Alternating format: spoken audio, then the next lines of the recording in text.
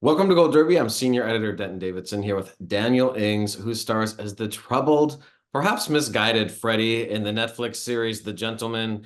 Daniel, you come out guns blazing in the first episode. Of course, everyone's talking about the chicken suit scene.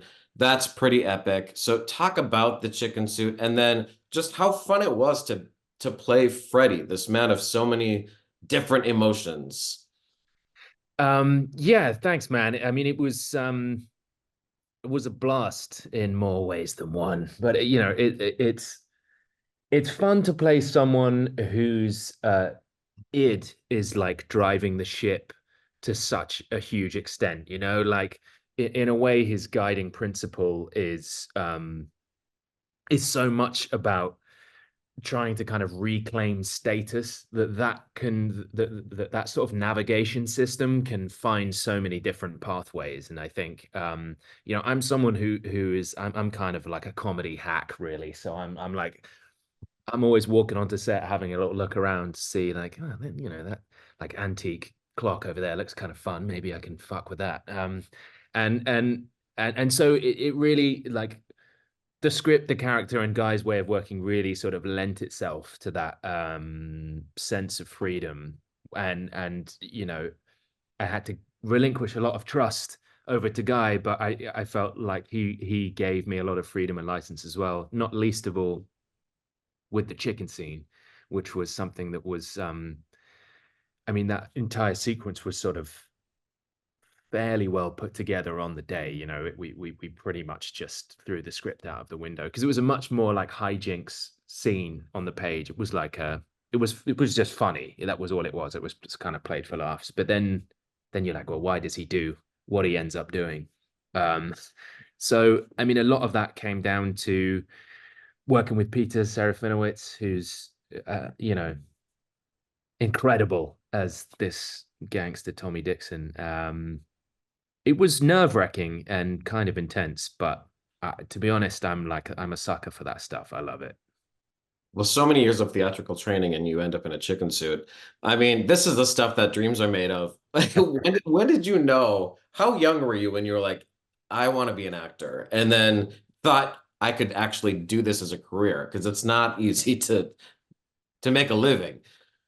Yeah, I mean, I hate to say it, but I was obnoxiously young. And I'm like, I was saying this to someone the other day. Like, I always love it when people sort of say, like, oh, no, I didn't really know what I wanted to do. I just, I was like walking past a theater one day and they were doing open auditions. And I was like, oh, I'll try it now. Like, I had my sights set on it from probably the age of like 9. I was just an avid movie watcher. I was would watch films with my parents. Goodfellas was my favorite movie by the time I was like 10. And I'd go around to my buddies' houses and we'd just sit and watch them like Braveheart, Goodfellas, and then Tarantino and Fincher and all like growing up in the 90s with all of that amazing American cinema, including up to and including Lock, Stock, and Snatch. So for me, it was always in there. I knew I was going to do it. I had my sights set on it. Thankfully, I'm a little bit more relaxed about it now. Well, I mean, the chicken dance is funny, but it takes a dark turn and there's a sadness really to it in the end. So how do you balance then that from going from such a ridiculous place to such dark material, sort of back to back? I mean, to me, that was really the impressive part of your performance. Thank you, man. Yeah, I think part of that is figuring out that you in a way you earn the laughs by finding the kind of pathos, if you like, and you earn the pathos by finding the laughs. And I think the whole show was a balancing act in that sense. Was like it can't become mawkish. I think if the scene had been from the beginning had been almost a sort of torture sequence or something, then it's not really taking you on any kind of journey. It's just like hitting you over the head with it. And so I kind of enjoy that switch and enjoy finding that darkness too. I think if I can, sorry about these weird noises going off. I'm always kind of like looking for that, the opportunity to, I guess, yeah, kind of peel back the layers of the character and see like, is there a human being in there as well as all of this fun bullshit that they're doing in a chicken or whatever, you know. Well, and you get to play in such a cool space. I mean, just the production design. I don't know if as much as talked about as there should be about the technical aspects of this show, the production design and the costume design. I mean, how much do they, or the lack of costumes? I mean, you do lose your trousers at one point. Um, what, I mean, how much does that build your character and help you step into a performance? Oh man, I mean, in this show, I'm glad you pointed that out. On this show, more than I mean, possibly any other that I've done. Yeah. So I had a small role in the first couple of seasons of The Crown, and that was something that was sort of very meticulously designed. But this, other than that, this is probably the thing that I've done that was most kind of considered in that way. And you know, the costume design is so integral, I think, to all of our characters because it really kind of like tells a story. You know, we worked really hard to find stuff with Freddy that in terms of the costumes that felt plausible but could kind of aid the ridiculousness, you know, like bright colored cords, which posh guys, you know, aristocrats in the UK do love to wear, you know, like pink cords or orange cords. I obviously end up not wearing them at various points, but then also being able to kind of mess with it, like having clothes that don't really fit. They're slightly too big, or they're then rarely tucked in. He's always got like a 5 o'clock shadow.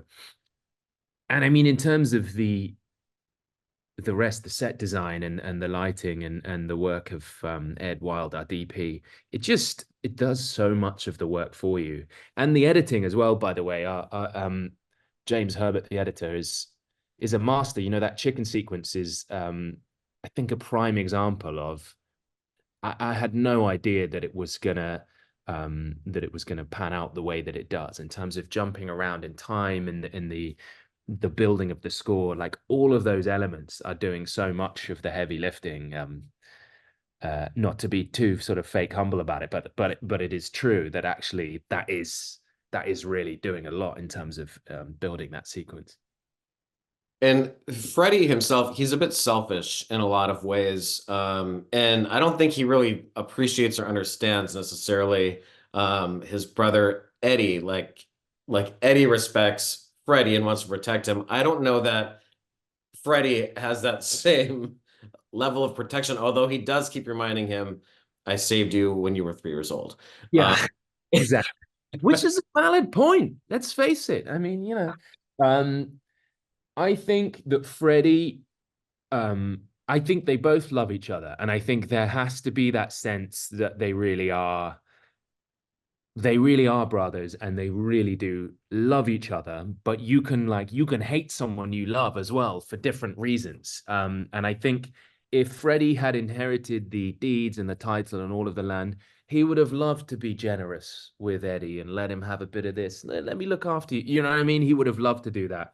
But the issue is this kind of grinding sense that everybody kind of loves Eddie. Um, and everybody kind of thinks Freddie's a complete fuck up. That's the problem. If he had the status and he had all of those things that his ego needs, he would be fine demonstrating his love for everybody else. Yeah. Yeah, you know, I was thinking about it as I was watching it, and part of the reason I was thinking, is Freddie this way because he kind of feels entitled, like he knows what's coming to him. And then when he doesn't get what's coming to him, that's when the shock takes over. Like he can afford to be like sort of playful and not really care because at some point he's like, oh, I'm going to inherit everything and it doesn't matter. Totally. Yeah. And I think that that's, you know, that is a thing. I've known people who have stood to inherit 40 million or whatever when they turn the day that they turn 35 or the day that so and so dies and they're gonna, you know, and I can't conceive of what that must do to you in terms of just your pathological sense that in a way you just don't really need to observe the rules that everybody else does because it's all there for you on a plate. It's just waiting. It's just a matter of time, and it's all coming your way. So I think that I guess that's why the show kicks off at the point that it does. It's why we like join these characters at this moment in time, because ultimately, if Freddie inherits the dukedom, none of the rest of it happens. You know what I mean? He lets the gangsters go on their way, and everyone just carries on as they were before. Um, so I think it is fascinating, that thing of seeing someone when the rug has been completely pulled from under their feet, and everything that they thought their future was going to contain suddenly just like evaporates. And the writing is so great. Talk about stepping into this world of that Guy Ritchie has created. And I mean, it's different than the film. So I mean, people that just saw the film, this isn't a remake of the movie. So anyone who hasn't seen it, I mean, definitely go check it out. But just talk about stepping into a world with Guy Ritchie. Well, I mean, it's intimidating, to be honest, because you know, Lock, Stock, and Snatch for me were, and for a lot of people, like our age, those are such seminal movies, and I think as a Brit as well, they really changed the game in terms of British cinema at that time. They spawned so many kind of knockoffs, and so many filmmakers were sort of making love letters to that. So it was intimidating, but ultimately, and the fact that it's based on the movie as well, ultimately it becomes a question of just remembering, like, yeah, but who's the character? Like, what is my job in this world? You know what I mean? And having to kind of put all of that to one side. And um I remember in the very first scene that I shot was the funeral. It was just quite a brief moment in the first episode, the dad's funeral. And Guy kind of wandered onto set, and I walked up to him and was like, look, I think I should be smoking in this. Like, I think I should be trying to have a crafty cigarette and hiding it behind my back. And we kind of like went back and forth a bit and settled on a vape instead. And I think in the scene as it is, you actually don't see me vaping, but that was the sort of origin of my character constantly having an elf bar planted in his between his lips. And I sort of knew after that little moment of him not going, no, no, no, just get on with it, just go and see, the fact that he was open to it and that we had that little discussion, I was like, okay, I think this is just going to be um, a collaboration. Well, there's a lot of highlight scenes throughout the series, but my personal favorite of yours is probably actually the car shopping scene and that sort of underground car where you have this fake accent and you're pretending to be someone you're not. How did you come up with that? Where did that come from? And the mannerisms, and talk about working through those scenes. Yeah, but that was there's a lot actually that isn't in it, and some of it I would love to see the light of day. I mean, maybe it got cut for good reason, but it was running long, that episode, I think. And also it's a fine balance between the kind of farce of that in a way, and then the switch later on when it becomes that he's genuinely under threat. um but yeah, that was in the script, that he suddenly comes out with a Russian accent. And I decided that I was going to place it somewhere between Borat um, and Gru from Despicable Me. Obviously, like neither of which are Russian to my knowledge, but like Freddie doesn't know that. Do you know what I mean? Um, and I mean, I pretty much was walking around speaking in my like fake Russian accent for days on end, uh, and and it just sort of developed out of the sequence. We were doing kind of improvisation, and there was a bit where my character was doing lines of coke off the bonnet of the car. I was like, every time I'd do a hit of coke, I'd be like, Boris Yeltsin, or you know I think yeah, it's probably a good thing that it all got cut. But or like Dr. Zhivago, whoa, that's good. uh, but again, I don't know. I'm just a big old ham, man. When I see things like that, for me, I'm like, okay, I know that I'm gonna be able to make Theo break on that day. I know that I'm gonna be able to like wait till his close up and then just say something fucking ridiculous and make him break. And I guess I just have a sort of pathological desire to dial everything up to 11. But then it was crucial that the end of the episode again was dark. That was another one that was really on the page, very, very silly. And, I'm sitting there in the chair and she has the machete, and I'm like, I'm like, ooh, that looks sharp, you know. And I was and that was one where again we had to kind of switch it up on the day because I think you only earn the fun of the Russian accent if you later on see him nearly get his balls chopped off, you know. Well, Theo does such a great job of holding it together and being like the straight man in this duo. Did you make him crack and talk about that, banter Oh, and working yeah. with him? 100%. We made each other cry. I mean, there were several days where we just sort of couldn't really get through it. And, we'd have to just like what you see on screen is a sort of patchwork quilt of the moments where we weren't all just falling about laughing. But yeah, we knew each other a little bit beforehand and quite quickly we developed a shorthand and a sort of sense of trust that we could go to each other and say like, hey, I was kind of thinking about doing this in this scene. What do you think? You know what I mean? Like he's not someone at all who, um, as a lead in a show who's only really focused on his performance. He's thinking actually often quite a lot about the whole scene and what everyone else is doing, and would come up to me and be like, "Hey, I was thinking you should do a thing with I don't know, there's such and such a line. I feel like maybe you should have a gag around there." So we worked pretty closely together on that, and like you sort of need that trust. We're like slapping each other, and I don't know, fucking with each other all the time in the scenes to kind of create that brotherly chemistry. So I think it wouldn't have worked if either one of us was guarded or standoffish about that level of closeness. Well, you do have to balance drama and humor quite a bit. Is that tricky for you, or do you approach it the same way? Is there pressure to be funny? Um,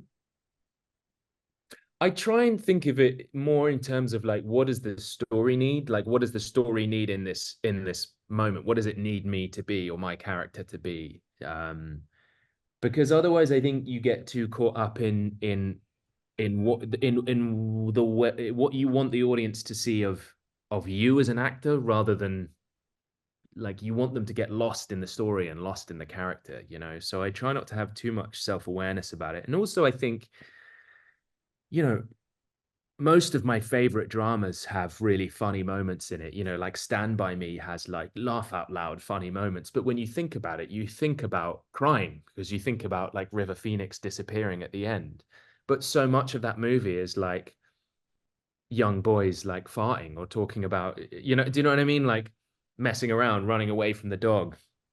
Um, and similarly, I think, some of my favorite comedies, The Office, like The British Office with Ricky Gervais was so good at this, just like switching it and making you feel really gutted and upset and embarrassed or whatever. So for me, I feel like real life is never just one thing or another. Often the comedy, the drama, they go hand in hand, and it's about a kind of rhythm and trying to take the audience on a journey. So I try as best I can to think of it that way, and then very occasionally allow myself to do something just because I think it's funny, regardless, irrespective of whether or not it's right for the scene. And then Guy cuts it. Even in absurdist comedy, I mean, I remember talking to Jeff Daniels one time, who's a tremendous actor, and he was telling me about Dumb and Dumber, and he's like, when I'm exploding on the toilet, he thinks he's going to die. So that's how he approach. He's like, I'm not thinking I can be funny. Yeah, that's such a good point. That's exactly what you do. To some degree, it comes back to your point earlier. You let the world take care of how it's framed for the audience. Do you know what I mean? Let the director, the editing, the lighting, the costume. That chicken costume does so much of the heavy lifting. Just walking onto set in that, it is inherently funny. Um, and so to a degree, the funniest thing was seeing a man genuinely be confused about like I don't get what you mean. What do you mean be a chicken? Like I can't actually turn into one. That the sort of stress and anxiety of that is funny. Until it just goes on and on and on and further and further and further. Um, so yeah, you're totally right, man. It has to be about like yeah, what is this character's function in this moment? And I think Freddy very much is a sort of agent of chaos, and it was about can I deliver that and also make this someone that the audience wants to keep watching and doesn't want to just be like hit over the head and drowned. Yeah, and just to wrap it up, I mean, such an incredible cast. I mean, from not just the main leads, all these characters are coming in and out of the series throughout. It's so much fun to watch. You mentioned you had a place on The Crown for a couple of seasons. You know, what was that experience like? Is there any similarities in being part of an ensemble like that? And what do you think about that show coming to an end? The Crown sort of almost defines like an era, the last sort of 10 years of streaming in a way. I remember when it came out, it was one of the biggest streaming shows that had ever been made. And I think it really kicked off or was certainly part of that prestige TV thing. I had no idea going into it. You know, I was like, yeah, this thing about the royal family, like no one's gonna want to watch that. Who's interested in that? But again, obviously, it comes down to the sort of richness of the writing and the crafting of those stories. I mean, I had a great time on it, and again, I was kind of wingmanning someone who I'd known a little bit before. You know, all of my scenes were with Matt Smith. Um, so it was in a way there was a sort of similarity in that actually it was mostly about the chemistry between these two people who are supposed to be old friends and being able to work with someone who I'd known a little bit from when we were kids really was teenagers, you know, was similar in that Theo and Matt both great guys and both keen to kind of collaborate in that way. That was a bit of a waffly answer, but yeah, Well, love the crowd that it's coming to an end. great work on The Gentleman. So much fun to watch. Congratulations. Best of luck to you and the cast and crew also at the upcoming Emmys. I mean, we hope to get some names called. Let's go. All right. All Thanks, right. man. Appreciate All that. right. Thanks for Cool. sitting down with Gold Derby today. Cheers, man. Take it easy.